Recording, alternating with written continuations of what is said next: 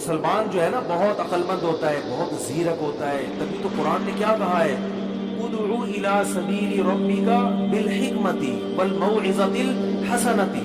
رب کی طرف لوگوں کو بلاؤ حکمت اور مصلحت کے ساتھ، حکمت اور مصلحت کے ساتھ۔ اب وہ میرے پاس نا لوگوں کی بہت ساری فون بھی آئی وہ ثنا خان اور مفتی انس کے کیس میں، کہ دیکھو وہ تو چہرے کھول کے ہنی مون منا رہی ہے، اور دیکھو مفتیوں کا ایسا تو نہیں ہوتا، علماء ہیں اپنی وائف کو لے کے ایسے گھوم رہے ہیں۔ ارے بھائی ہم سے پوچھ کے گھوم رہے ہیں، ٹھیک ہے، ہم سے پوچھ کے گھوم رہے ہیں، جتنا اچھا کیا اس کو اپریشیٹ کر لو اور دعا کر لو اللہ ان کو اور اچھا کرنے کی توفیق عطا فرمائے۔ جوان عورت کے لیے چہرہ چھپانا فرض ہے، ہمارا یہی فتویٰ ہے، ہماری یہی رائے ہے، لیکن ایک عورت جو ڈانس کرتی تھی اس نے اسکارف اگر لے لیا تو یار شکر ادا کرو نا اس پہ، ٹھیک ہے نا،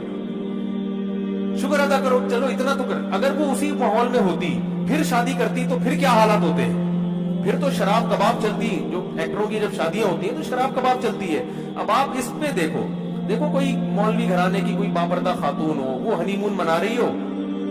جو ہے نا وہ چہرہ کھول کے، اس پہ ملامت کی جائے گی، بھئی آپ ایک تو باپردہ گھرانے میں پیدا ہوئی، آپ کو تو آپ کی تو آواز بھی کبھی کسی نے نہیں سنی، آپ کیوں ایسا کر رہی ہیں۔ لیکن ایک خاتون اگر ایکٹریس ہے اور وہ جو ہے نا اس کی وہ اگر اس اسٹائل میں شادی کرتی تو ان کی شادیوں میں تو شراب کباب چلتا ہے، ان کی تو بہت کچھ ہوتا ہے۔ تو ابھی یہ دیکھنے کا ہے کہ کیا کیا نہیں ہو رہا، سمجھ میں آ رہی ہے بات؟ حکمت اور مصلحت کا تقاضا کیا ہے، رب کی طرف دعوت دینے کا طریقہ کیا ہے، اس پہلو کو دیکھا جائے کہ کیا کیا کون کون سی برائیاں نہیں ہو رہی۔ تو ہر شخص کو ایک نظر سے نہیں دیکھا جاتا، ایک نظر سے، وہ کہتے ہیں نا ایک ہی لاٹھی سے نہیں سب کو ہانکا جاتا۔ تو اس لیے میں کہتا ہوں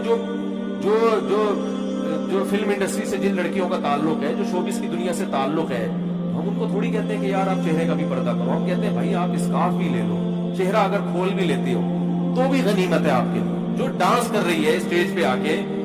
اس کی پوری باڈی نمایاں ہو رہی ہے لوگوں کے سامنے، اگر وہ اپنی باڈی کو کور کر کے چہرہ کھول لے، گنجائش سے فائدہ اٹھائے گی نہیں۔ فقہاء کا اختلاف ہے اس مسئلے میں کہ چہرے کا پردہ ہے یا نہیں، اس میں فقہاء کا اختلاف ہے، تو اس اختلاف سے اگر وہ فائدہ اٹھا لے تو اس کو اپریشیٹ کیا جائے گا، اس کو آپ اس نظر سے نہیں دیکھیں گے ہر ایک۔ اور یہ نبی صلی اللہ علیہ وسلم کی بھی سنت ہے۔ دیکھو اسلام میں بھی حکام تدریجاً آئے ہیں، ایک دم سے شراب حرام نہیں ہوئی ہے، اور اب سب شراب کیا کرتے تھے الا ماشاءاللہ۔ تو اسلام نے شراب کو آہستہ آہستہ حرام کیا۔ پہلے اسلام نے حکم یہ دیا قل فیہما اسم کبیر ومنافع للناس، کہ شراب پینے میں نقصانات بھی ہیں فائدے بھی ہیں، لیکن اس کے نقصانات اس کے فائدوں سے زیادہ ہیں، یعنی اس کو جو ہے نا وہ کیا جا رہا ہے، حوصلہ شکنی کی جا رہی ہے کہ اس کے فائدے مت دیکھو، اس کے نقصانات دیکھو۔ پھر قرآن نے حکم دیا یا ایھا الذین آمنوا لا تقربوا الصلاۃ وانتم سکارا، اے ایمان والو نشے کی حالت میں نماز مت پڑھو۔ اللہ کی عبادت کر رہے ہو نشے کی حالت میں، اس میں بھی صحابہ کے دل میں نفرت بٹھا دی۔ حرام نہیں کیا شراب کو، لیکن بتا دیا کہ کم از کم نماز کو تو اس گندگی سے پاک رکھو، نماز نشے کی حالت میں نہیں ہوگی، تمہیں پتا ہو تو ہو تم منہ سے کہہ کیا رہے ہو۔ جب اس سے مانوس ہوئے پھر تیسرا حکم آیا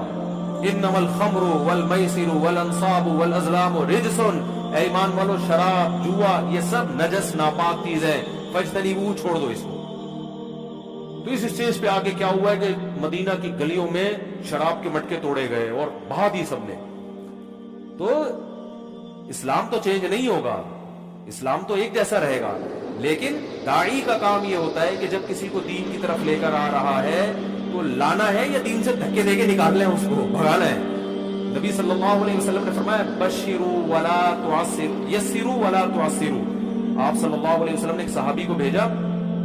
غالباً یمن میں بھیجا تھا مبلغ بنا کے، تو آپ نے فرمایا یسروا ولا تعسروا، لوگوں کے لیے آسانیاں پیدا کرنا، تنگی پیدا مت کرنا، تنگیاں نہیں پیدا کرنا۔ بشروا ولا تنفروا، اور یہ بھی فرمایا ایسا کام نہ کرنا کہ لوگوں کے دل میں اسلام سے نفرت بیٹھ جائے، نہیں آ رہی بات ہے، ایسا کام نہ کرنا کہ لوگ اسلام سے۔ اور آپ نے کیا فرمایا، حضرت صحابی کا نام ذہن سے نکل گیا جن کو یمن کا گورنر بنا کے بھیجا تھا، معاذ بن جبل رضی اللہ تعالیٰ، تو ان کو بھیج رہے ہیں۔ اب دیکھو وہاں بھی کیسا زبردست آپ کا حکمت والی بات کی آپ نے، فرمایا کہ ان سے کہنا کہ ہم تم سے زکوٰۃ لیں گے،